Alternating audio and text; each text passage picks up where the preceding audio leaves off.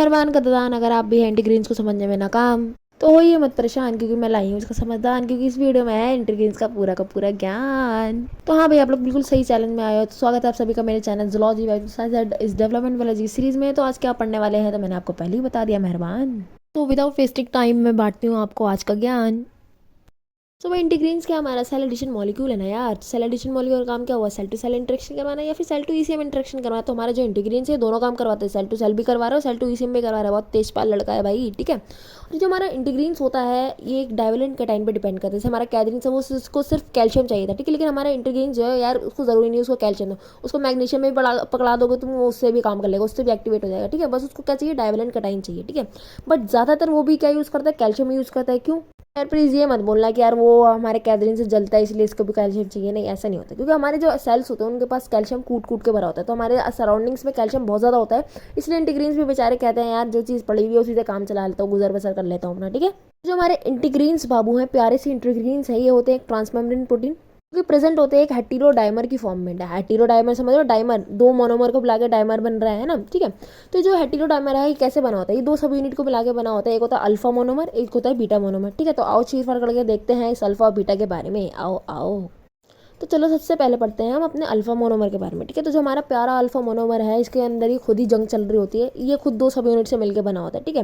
ये दो सब यूनिट से बना होता है जो आपस में बहुत लड़ते हैं। तो इनको किस एक बॉन्ड से जोड़ता है जिसका नाम होता है डाइसल्फाइड बॉन्ड। तो अल्फा मोनोमर के जो सब यूनिट्स है वो डाइसल्फाइड बॉन्ड के थ्रू आपस में अटैच रहते हैं। हल्के में मतलब लड़ाई झगड़े हो रहे हैं इसके घर में तो क्या हुआ, हल्के में मतलब भाई बड़ी काम की चीज़ है, खतरनाक चीज़ है, ठीक है। जो भी डाइवेलेंट आता है इंटीग्रीन्स को एक्टिवेट करने के लिए वो कहाँ पे बाइंड होता है, वो अल्फा मोनोमर के ही पास आके बाइंड होता है कि भाई ले मैं तेरे पास आ गया, अब तो एक्टिवेट हो जा। मतलब समझ रहे हो, जो भी कैल्शियम आएगा वो कहाँ आएगा, अल्फा मोनोमर के पास आएगा, ना कि बीटा मोनोमर के पास, ठीक है। चलो यार बीटा की भी बात कर लेते हैं, बुरा मान जाएगा वो, ठीक है। तो जो हमारा बीटा मोनोमर होता है उसका कुछ काम नहीं होता। मतलब उसका काम होता है सेल को अटैच करवाना, ठीक है। जो सेल को एक्टिवेट करवाने का मेन काम होता है आपका अल्फा मोनोमर का, और किसी और दूसरे सेल से जाके अटैच हो जाना हमारा काम होता है बीटा मोनोमर का। तो समझ गए ना, ये दोनों मोनोमर मिलकर ही डायमर का फॉर्मेशन कर रहे हैं और यही डायमर क्या कहलाता है, आपका इंटीग्रीन्स। चलो थोड़ा और जाते रहते हैं, पढ़ते रहते हैं इसके बारे में, ठीक है। तो यहाँ पे मेरे हाथों से बनाया हुआ है प्यारा सा डायग्राम निहारिए, ठीक है। इसमें जो आपको पर्पल से दिख रहा है ये है अल्फा मोनोमर, और जो ब्लू से दिख रहा है ये आपका बीटा मोनोमर, ठीक है। जब इनके पास काम नहीं है, जब ये नल्ले बैठे रहते हैं इंटीग्रीन्स, तो ये हेड डाउन करके पड़े हुए होते हैं, ठीक है। अब इनके पास कोई काम नहीं है, हेड डाउन करके पड़े हुए हैं। अब जैसे ही सिग्नल आ रहा है, सिग्नल किस तौर पे आता है, लाइगेंड के तौर पे, ठीक है। जैसे ही लाइगेंड आके इससे अल्फा मोनोमर से बाइंड होता है उसके बाद क्या होता है, एक्टिवेशन हो जाता है। एक्टिवेशन कैसे होता है, कैसे पता चलेगा किसी चीज़ का एक्टिवेशन। आप क्लास में सो रहे एकदम से टीचर ने आके बोला बेटा तू सो रहा है, आप एकदम उठ के बैठ जाते हो, ठीक है। तो क्या होगा, आपका एक्टिवेशन होगा। सिमिलरली ये भी हेड डाउन करके थे एकदम से, जैसे ही लाइगेंड आया इन्होंने अपना हेड स्ट्रेट कर लिया, ठीक है। तो हेड डाउन से हेड स्ट्रेट करने में इनके बीच में एक रोटेशन होती है जो होती है 70 एंगस्ट्रॉम की, ये याद रखना। 70 एंगस्ट्रॉम की क्या होती है, इनके बीच में रोटेशन होती है। इस तरीके से इनका होता है एक्टिवेशन, ठीक है। तो बेसिकली क्या क्या होता है, मोटा मोटा इंटीग्रीन्स में भाई बाहर से सिग्नल आता है, लाइगेंड अपना सिग्नल लाता है, तो इंटीग्रीन्स उसके अकॉर्डिंग काम करता है और बाकी सेल्स को भी ऑर्डर देता है भाई तू ये कर, तू ये कर, तू ये कर, ठीक है। नहीं इतना आसान नहीं है, आगे सुनो क्या होता है। इंटीग्रीन्स करते हैं बायडायरेक्शनल सिग्नलिंग, ये समझ में आ रहा है। अरे यार अंदर के सिग्नल्स बाहर भेजते हैं, बाहर के सिग्नल सेल के अंदर भेजते हैं। बेसिक दो टाइप पे करते हैं, एक होती है आउटसाइड इन सिग्नलिंग, दूसरी होती है इनसाइड आउट सिग्नलिंग। सबसे पहले पढ़ते हैं आउटसाइड वाले को, ठीक है। तो इसमें क्या होता है, सब कुछ नॉर्मल चल रहा है आपकी बॉडी में, तो आपके इंटीग्रीन्स कैसे इनएक्टिव फॉर्म में, ठीक है। अब जैसे कुछ चेंजेस आए तो सबसे पहले क्या होगा, लाइगेंड भागता भागता आएगा हमारे इंटीग्रीन्स के पास, भाई भाई ऐसा हो गया। दूसरा जो होता है वो होता है इनसाइड आउट सिग्नलिंग। इसमें क्या होता है, सेल के अंदर बहुत सारे ऐसे प्रोटीन होते हैं जो अंदर से सिग्नल बाहर भेजते हैं इंटीग्रीन्स के थ्रू, ठीक है। जैसे एक एग्जांपल लीजिए टैलिन प्रोटीन, ठीक है। तो ये क्या करता है, ये आपके इंटीग्रीन से इंटरेक्ट करता है सेल के अंदर के सिग्नल्स बाहर भेजने के लिए कि भाई मेरे साथ ऐसा ऐसा हो रहा है, तुम कुछ बताओ हमें, बाहर इन्वायरमेंट से कुछ सलाह मशवरा लो, हमें बताओ कुछ। तो मदरस में क्या हो रहा है, तुम्हारी मम्मी कहीं जा रही थी बाजार, तो तुम्हारी मम्मी ने तुम्हें बोला कि बेटा घर ठीक करके रखो, ठीक है। अब तुम्हारी मम्मी जब वापस आ रही तो उन्हें एक सहेली मिल गई उनकी, उन्होंने कहा चल यार तेरे घर चलती है, आज बड़े दिन हो गए, अपने बच्चों की शिकायत करनी है तेरे से। तो उन्होंने कहा चल ठीक है चल, ठीक है। अब वो अपनी सहेली को लेके तुम्हारे घर आ गई, ठीक है। अब उन्होंने क्या किया, तुमने घर की ऐसी जैसी पीट रखी है, तुम अपने बाबू से चटिया रहे हो आराम से, तो डरो मत, अभी तो तुम्हें पिटाई पड़ेगी नहीं, क्योंकि मम्मी की सहेली साथ में। तो उन्होंने तुम्हारी मम्मी ने बहुत अच्छी एक्टिंग करी, अरे बेटा तुम पढ़े रहे थे, चलो कोई बात नहीं, होता है थोड़ा बहुत घर भंगार रहता है, ठीक है। अब तुमने जल्दी जल्दी क्या करोगे, अब तुम बाहर से सिग्नल अंदर आ गए, अब तुम क्या करोगे भाई, सारे भाई बहन लग जाओगे जल्दी जल्दी घर को ठीक करने में, जल्दी जल्दी घर को ठीक करने में। आंटी को देख के हंसते रहोगे, घर को ठीक करते रहोगे, चाय दोगे पानी दोगे, ऐसे करते रहोगे। वही आंटी क्या करेगी, जिनको तुमने चाय नाश्ता खिलाया, वही आंटी बाहर जाके चुगलियाँ करेंगी तुम्हारे घर की कि उनके घर में तो ऐसा हो रहा था, उनके घर में तो ऐसा हो रहा था। समझ रहे हो, ये क्या होगा, इनसाइड आउट सिग्नलिंग। बाहर से सिग्नल अंदर आए, फिर अंदर से अंदर प्रोसेस हुआ, तुम लोगों ने घर ठीक करा, फिर घर के अंदर के सिग्नल बाहर उछाल दिए गए, तो तुम्हारे घर की इज्जत को नीलाम कर दिया गया भरे बाजार में। समझ रहे हो, तुम्हारी वजह से, क्योंकि तुमने घर को गंदा रखा। चुप रहो। जो अल्फा मोनोमर और बीटा मोनोमर है ना, ये अलग अलग टाइप के होते हैं, ठीक है। तो हमारे पास ना टोटल 18 टाइप है हमारे अल्फा मोनोमर के, और टोटल 8 टाइप है हमारा बीटा मोनोमर का। अगर आप इसका कॉम्बिनेशन बनाओ तो कितना सारा कॉम्बिनेशन मिलेगा। पहले आप अल्फा 1 और बीटा 1, फिर अल्फा 1 बीटा 2, अल्फा 1 बीटा 3, ऐसे रख के चलो कितने सारे कॉम्बिनेशन बन जाएंगे। सोचो, सोच के देखो। अब यार यहाँ पे गणित मत लगाना, मेरे पास इतना दिमाग नहीं, मैं नहीं लगा रही, ठीक है। तुम्हें लगाना, तुम लगाओ, जाओ। अब बताओ कॉम्बिनेशन कितने सारे पॉसिबल, बट सिर्फ 24 टाइप्स के इंटीग्रीन्स ही आपको देखने को मिलते हैं, ठीक है। इनका जो डाइमर बनता है सिर्फ वो 24 टाइप्स का होता है। ऑल्दो कॉम्बिनेशन बनाए तो आई थिंक 144 या 114 ऐसी समथिंग बनेगा, ठीक है। बट 24 ही आपको इंटीग्रीन्स देखने को मिलते हैं। 24 टाइप के इंटीग्रीन्स आपको देखने को मिलते हैं, जो अलग अलग तरीके के फंक्शन करते हैं। हर टाइप अपना अलग एक फंक्शन जो करता है, ठीक है। चर्चा करते हैं थोड़े इनके इंट्रैक्शन के विषय में। इंटीग्रीन्स जो है वो ट्रांजिट टाइप का इंट्रैक्शन करवाता है। ट्रांजिट टाइप का इंट्रैक्शन बोले तो, ठीक है, सिर्फ कुछ टाइम के लिए इंट्रैक्शन करवाते हैं। जो पड़ोसी वाली आंटी आपके घर में बातें लेके आई, सिग्नल्स लेके आई, मोहल्ले की खबरें लेके आई, वो आपके घर में रुक थोड़ी गई हमेशा के लिए, ठीक है। वो आई, अपना काम भेजा, उन्होंने सिग्नल लिया और वो चली गई, ठीक है। तो सिमिलरली जो हमारे इंटीग्रीन्स होते हैं उनमें जो इंट्रैक्शन होती है वो ट्रांजिट इंट्रैक्शन होती है, शॉर्ट पीरियड के लिए होती है। और इस टाइम पे क्या हो रहा होगा यार, जब शॉर्ट पीरियड के लिए हमें वहाँ पे कोई भाई रिश्ते नाते तो बनाने नहीं है, ठीक है।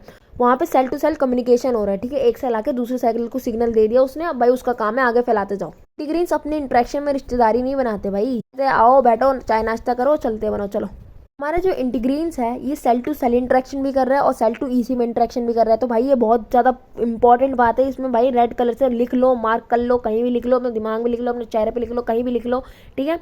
ये एक सिंगल ऐसा सेल एडेशन मॉलिक्यूल है जो सेल टू सेल भी इंटरेक्ट करवाता है और सेल टू ईसीएम भी इंटरेक्ट करवाता है। और ऐसा कोई मॉलिक्यूल नहीं जो दोनों काम एक साथ करवा रहा हो, ठीक है। बने रहिए मेरे साथ और जानिए ये ऐसे इंटरेक्शन कैसे करवा पाते हैं। हमारे इंटीग्रीन्स बनाते हैं दो टाइप के स्टेबल जंक्शंस। सबसे पहला होता है फोकल एडेशन, दूसरा होता है हेमिडेस्मोसोम्स। अब चलो पढ़ते हैं फोकल एडेशन के बारे में, ठीक है। तो फोकल एडेशन क्या करते हैं? फोकल एडेशन हमारे जो सेल्स होते हैं उनके जो बॉटम एरिया वहाँ पे पड़े हुए होते हैं, ठीक है। तो जितने भी आपके एक्टिन फिलामेंट ये सब होते हैं सेल के अंदर, वो आके बाइंड हो रहे होते हैं आपके फोकल एडेशन से, ठीक है। ये फोकल एडेशन इन एक्टिन फिलामेंट्स को बाइंड कर देता है आपके एक्स्ट्रा सेलुलर मैट्रिक्स से, ठीक है। इससे क्या होगा? मैकेनिकल सपोर्ट मिलेगा, ठीक है, स्टेबिलिटी मिलेगी सेल्स को, ठीक है। अब बात करते हैं हेमिडेस्मोसोम्स की। हेमिडेस्मोसोम्स क्या होता है? ये भी सिमिलर ऐसे ही होता है जैसे हमारे डेस्मोसोम्स थे। डेस्मोसोम्स क्या कर रहे थे? बस वो सेल टू सेल इंटरेक्शन करवाते थे, एक सेल को दूसरे सेल से टाइटली सील दे रहे थे, ठीक है। ये क्या कर रहे हैं? सेल को उसके एक्स्ट्रा सेलुलर मैट्रिक्स से सील दे रहे हैं। अगर इन दोनों में डिफरेंस देखें हम फोकल एडेशन और हेमिडेस्मोसोम्स में, तो क्या होता है, ठीक है। फोकल एडेशन जो हमारे एक्टिन फिलामेंट्स होते हैं उसको बाइंड करवाता है एक्स्ट्रा सेलुलर मैट्रिक्स के साथ। ऑन दी अदर हैंड जो हमारा हमारा हेमिडेस्मोसोम्स क्या करवाता है? जितने हमारे एपिडर्मिस में केराटिन फिलामेंट्स होते हैं इनको बाइंड करवाता है एक्स्ट्रा सेलुलर मैट्रिक्स से। समझ गए आप लोग? इसकी बात तो हम काफी देर से कर रहे हैं, अब थोड़ी तारीफें कर लेते हैं इसकी। तो हमारे प्यारे इंटीग्रीन्स बहुत काम करते हैं भाई। ये बहुत सारे हमारे सेलुलर फंक्शन को रेगुलेट करते हैं, जैसे सेल माइग्रेशन, सेल एडेशन, और हमारे जो प्लेटलेट्स फॉर्मेशन होता है, होमोस्टेसिस होता है बॉडी का, इन सबको मेंटेन करते हैं, ठीक है। ये होमोस्टेसिस को कैसे मेंटेन करते हैं, चलो आओ इसको समझते हैं। सपोज करो आपके हाथ में चोट लग गई, ठीक है।